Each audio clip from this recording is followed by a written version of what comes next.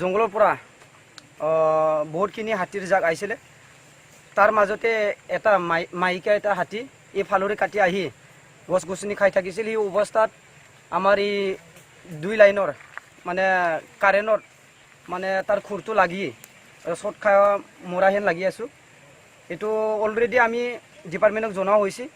Already আমাৰ চপুৰ আউটপোষ্টৰ পৰা পুলিচৰ প্ৰশাসনৰ পৰা আহি উপস্থিত হৈছে আৰু আমাৰ তামোলপুৰ যি ৰেঞ্জ তাৰ পৰা আমি ৰেঞ্জাৰক ইনফৰ্ম কৰিছোঁ। গতিকে ছাৰো অলপ ঘণ্টা পিছতে আহি পাব। তো আমি এইটো যোৱা ৰাতিপুৱা মোটামুটি 5টামান বজাত আমি দেখা পাইছোঁ।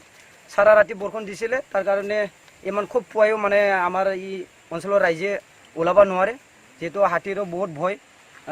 দিনতো মানে পুৱা 7টা 6টা এনেকুৱা বজাতো হাতী ঘূৰি থাকে অনাই বানাই। তাৰ কাৰণে ঘৰৰ পৰা ইমান সোনকালে ওলাই আহিব নোৱাৰে মানুহবিলাক।